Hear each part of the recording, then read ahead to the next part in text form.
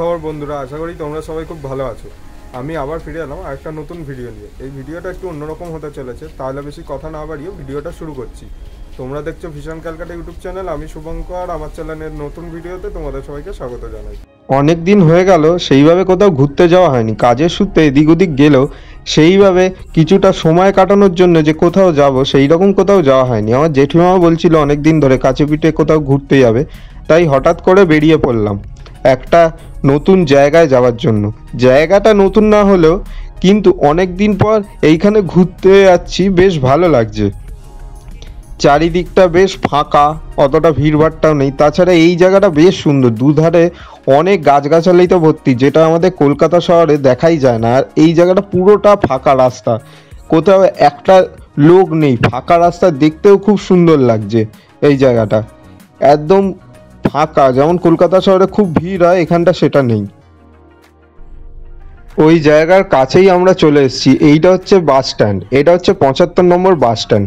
তাহলে এবার আপনারা বুঝতেই পেরে গেছেন আমরা কোথায় এসেছি। আমরা চলে এসেছি রায়পুরে, রায়পুর গঙ্গার ধারে। এইখানে হচ্ছে বাস স্ট্যান্ড। বাবুঘাট থেকে রায়পুরে এই বাসটাই আসে। এইটা করে আপনারা বাবুঘাট থেকে রায়পুরে চলে আসতে পারবেন। তাছাড়া বাঁকড়াহাট থেকে এখানে অটো আসে। তাছাড়া এই যে সামনে যেই ভ্যান রিক্সাগুলো দেখতে পাচ্ছেন, এইগুলো কাছাকাছি এলাকার মধ্যেই চলে, এগুলো বাইরে না। এই যে এটা হচ্ছে অটো স্ট্যান্ড, বাঁকড়াহাট থেকে এই অটোগুলো আসে। এই সামনে যেই রাস্তাটা দেখতে পাচ্ছেন এটা হচ্ছে তিন মাথার মোড়। ডান দিকে গেলে আপনি চলে যাবেন বিল্লাপুরে, এবং বাঁ দিকে এই যে সরু রাস্তাটা ধরে গেলে বুড়ুল ফলতার দিকে আপনি চলে যাবেন। গঙ্গার পাড় ধরে সোজা চলে যেতে পারবেন। ওই রায়পুরের গঙ্গার ধার থেকে অটো ছাড়ে, আর যেই অটো স্ট্যান্ডটা দেখলাম ওই অটো স্ট্যান্ড থেকে অটো ছাড়ে। আর এইটা হচ্ছে একটা জমজমাট বাজার এলাকা বলাই যায়, দুধারে দেখছেন অনেক দোকান। এইবার আমরা চলে এসেছি রায়পুরের একদম গঙ্গার কাছেই। ওই যে দূরে গঙ্গা দেখা যাচ্ছে, সামনে এইটা বিশাল বড় একটা মাঠ, পুরোটাই ফাঁকা, গঙ্গার ধারে অনেকে বসে আছে, অনেকটাই নিরিবিলি পরিবেশ। এইখানে একটা পঞ্চরত্ন মন্দির রয়েছে। এই যে আমরা এই রাস্তাটা দিয়ে এলাম, এই রাস্তা দিয়ে সোজা গেলে আপনি বিল্লাপুর চলে যেতে পারবেন। সোজা চলে যাচ্ছে বিল্লাপুর, এখান থেকে বেশিক্ষণও লাগে না বিল্লাপুর যেতে।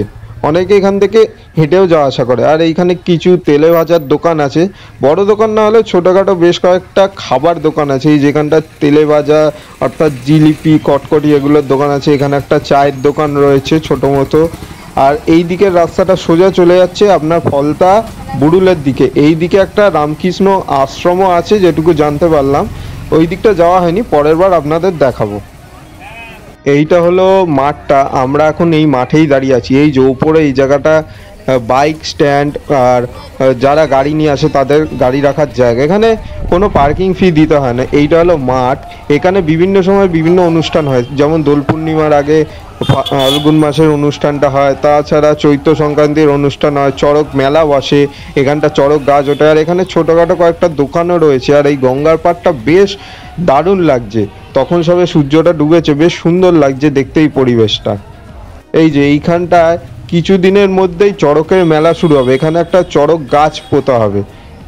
সেইটা দেখার জন্য এখানে প্রচুর দূর দূরান্ত থেকে মানুষ আসে। আমি এসছিলাম গত বছর। আর এখানে ছোটোখাটো এই ফুচকার দোকান আর কিছু খেলনার দোকান এখানে বসে প্রত্যেক দিনই কাছাকাছি, আরও দূর দূর থেকে এখানে মানুষ আসে। তাছাড়া শীতকালে এখানে প্রচুর ভিড় হয়, গরমকালেও ভিড় হয়। গঙ্গার পাড়ে বসে সবাই হাওয়া খায়, বেশ সুন্দর পরিবেশ।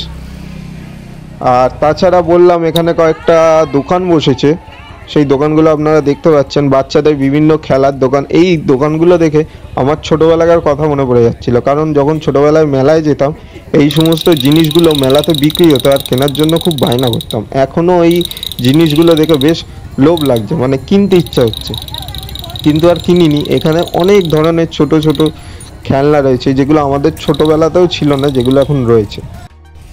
এখানে সবাই গঙ্গার পাড়ে বসে এই মনোরম পরিবেশটাকে উপভোগ করছে, আর একটা হালকা ঠান্ডা হাওয়াও দিচ্ছে, সেইটাকে উপভোগ করছে। বেশ সুন্দর একটা পরিবেশ, এত লোক বসে আছে কিন্তু গঙ্গার পাড়ে, তাও অত চিৎকার চেঁচামেচি নেই, বেশ শান্ত পরিবেশ। গঙ্গার এইখানটায় এসে মনটা আরও ভালো হয়ে গেল। তখন সূর্যটা ডুবেছে, এই আকাশের এই রংটা দেখতে আরো দারুণ লাগছে। আর তখন ভাটা চলছিল, মনে হচ্ছিল গঙ্গায় নেমে যায়, কিন্তু আর নাবিনি। আর এখানটায় সবাই অনেকেই দাঁড়িয়ে ছিল।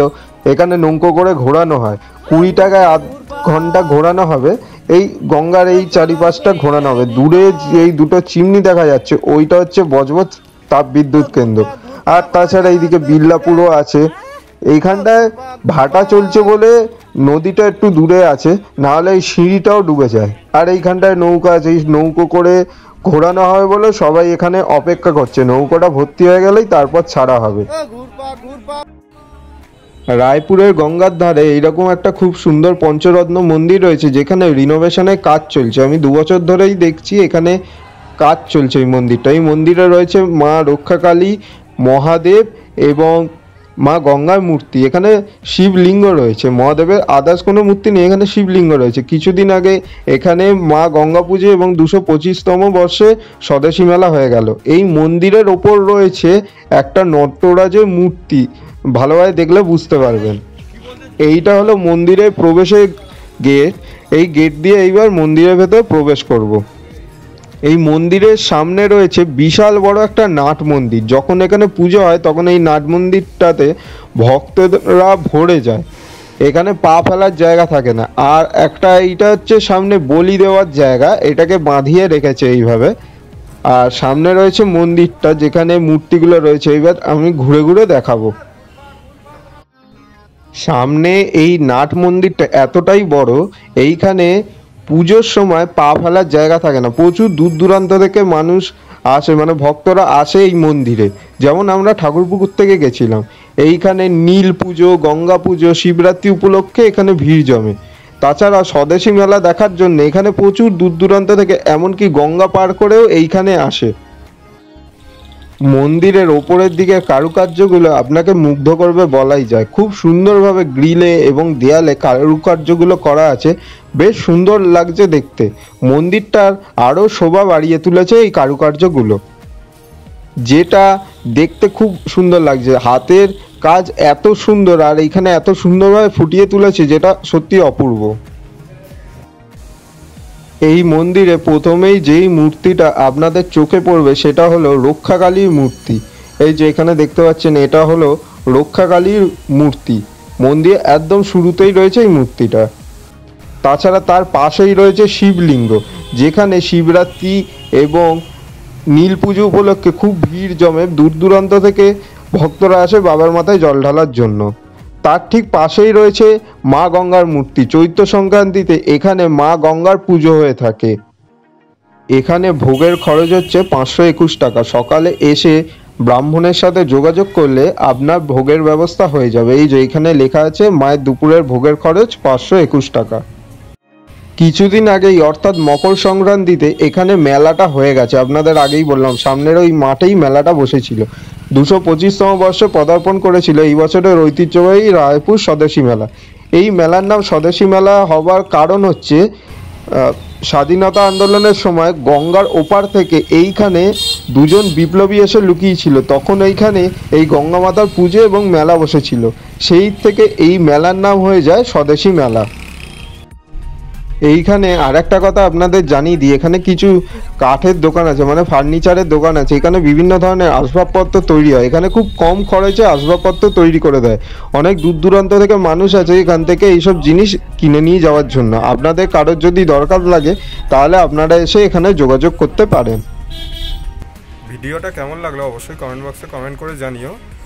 যারা এখনও আমাদের চ্যানেলটা সাবস্ক্রাইব করনি তারা অবশ্যই চ্যানেলটাকে সাবস্ক্রাইব করে বেল আইকনটা প্রেস করে দিও, তাহলে পরবর্তী ভিডিওর নোটিফিকেশান তোমাদের কাছে পৌঁছে যাবে।